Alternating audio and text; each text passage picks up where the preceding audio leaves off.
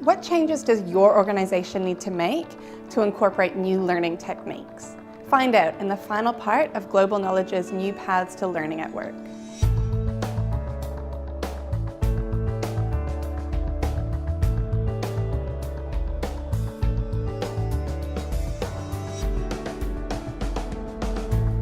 Work is often conducted remotely across regions. How do the new paths respond to remote work? Right, yeah, that's a challenge. I mean, people are working now around the world, internationally sometimes, right? So how do you bring people together for training?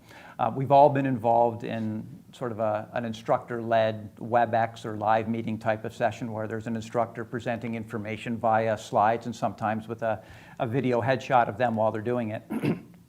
So that's been around for a little while, but technology is changing the nature of virtual delivery as well.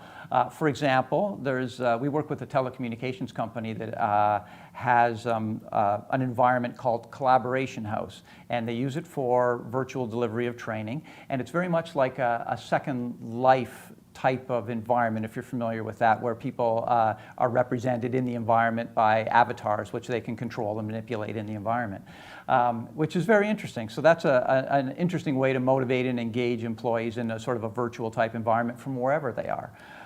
Another approach to virtual learning that's changing, which we do quite a bit of at Global Knowledge, is we call it the connected classroom. And instead of an instructor just delivering to a number of people who are participating remotely, the instructor is actually delivering in a classroom environment, and a number of remote students can come into the classroom environment via the use of this connected classroom technology. So then we end up in a situation where you've got as many people in the classroom as outside the classroom, and it really enhances the dynamic of the delivery of the session.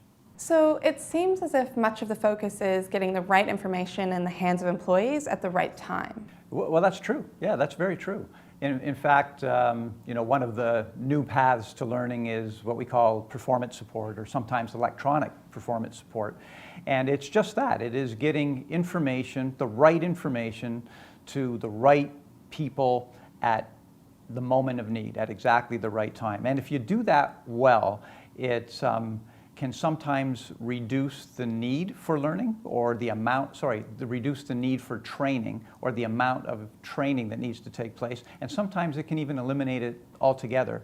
So the challenge becomes understanding the workflow that employees are in the middle of and what their role is in that workflow, and designing the right tools and materials in ways that are very easy for them to access, that they can use in real time while they're doing their work.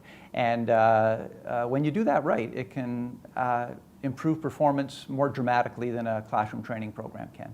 What do training and HR professionals need to do to leverage these new paths for learning? Yeah, it's a good question. So, I mean, the workplace is changing, and it's changing dramatically right now. Technology is changing very quickly. The speed of which work has to get accomplished is rapidly increasing. Competition is tighter and tighter. And knowledge plays a key role. It is a competitive advantage that companies can bring to the table. And so skills are a really important part of that, and the way people need to learn, what they need to learn, the amount that they need to learn is changing. And it cannot be accommodated any longer strictly by classroom training or even e-learning. So we need to figure out ways to get information and learning into the hands of people as they're doing their work, and leverage the expertise that resides in the organization. So these approaches like informal learning, social learning, mobile learning, all leverage the expertise that already exists in the organization and help people learn from each other. And in doing that, they learn faster, they learn better, they learn more, and they learn the skills that are going to make a company competitive in this new marketplace. Thanks for watching. For parts 1 and 2 in the series, see the video links below.